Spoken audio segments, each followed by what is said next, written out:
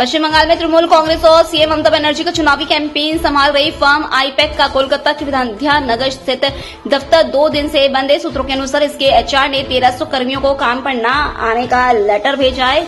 ये सब ऐसे समय हुआ है जब पहले चरण का मतदान को 3 दिन बचे हैं। 23 अप्रैल को पहले चरण के तहत 152 सीटों पर वोटिंग होनी है। चुनाव प्रचार 21 को खत्म हो जाएगा। दूसरे चरण की वोटिंग 29 अप्रैल को है। रिजल्ट 4 मई को आएंगे। दरअसल तृणमूल की बूथ लेवल की गतिविधि से लेकर नेताओं की सभाएं, रैलियां सब कुछ तय करने में आईपैक यानी इंडियन पॉलिटिकल एक्शन कमेटी एक पॉलिटिकल कंसल्टेंसी कंपनी की अहम भूमिका निभा रही है।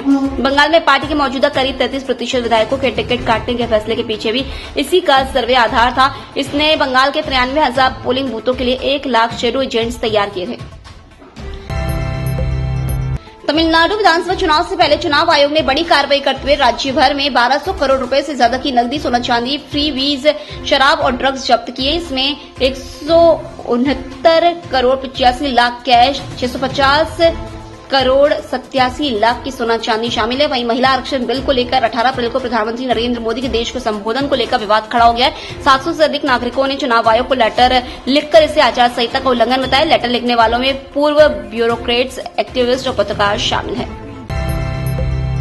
देश के कई हिस्सों में तेज गर्मी होने लगी है। राजस्थान, मध्य प्रदेश, महाराष्ट्र, छत्तीसगढ़, उत्तर प्रदेश, पंजाब, हरियाणा, चंडीगढ़, उड़ीसा और दिल्ली में दिन में लू कहर जारी है। इन राज्यों के कई जिले 44 डिग्री का आंकड़ा पार कर गए हैं। महाराष्ट्र के गोंदिया और छत्तीसगढ़ के बिलासपुर में सोमवार को पारा 43 डिग्री दर्ज किया गया।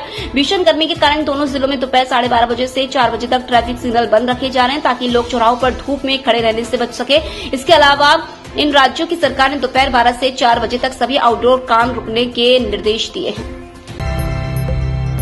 अमेरिका के राष्ट्रपति ट्रंप के दूसरे कार्यकाल के दौरान एक दिलचस्प और विवादित ट्रेंड देखने को मिला है।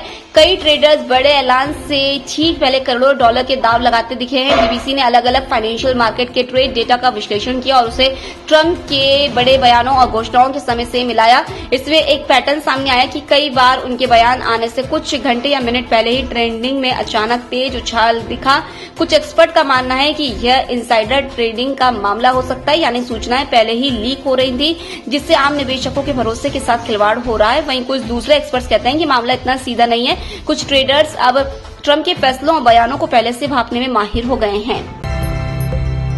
अमेरिकी राष्ट्रपति ट्रंप ने कहा कि अमेरिका तब तक ईरान के बंदरगाहों पर लगी नाकेबंदी नहीं हटाएगा जब तक तेहरान के साथ कोई समझौता नहीं हो जाता। ट्रंप ने सोशल मीडिया पर लिखा कि 1 हफ्ते पहले शुरू हुई यह नाकेबंदी ईरान को पूरी तरह तबाह कर रही है। उन्होंने यह भी कहा कि इस संघर्ष में अमेरिका बहुत आगे है। इसके जवाब में ईरानी संसद के स्पीकर गालिबाफ ने सोशल मीडिया पर लिखा कि ट्रंप दबाव बनाकर और सीजफायर तोड़कर बातचीत को ऐसी बनाना चाहते हैं जो ईरान को झुकना पड़े या फिर दोबारा जंग शुरू करने का बहाना मिल जाए।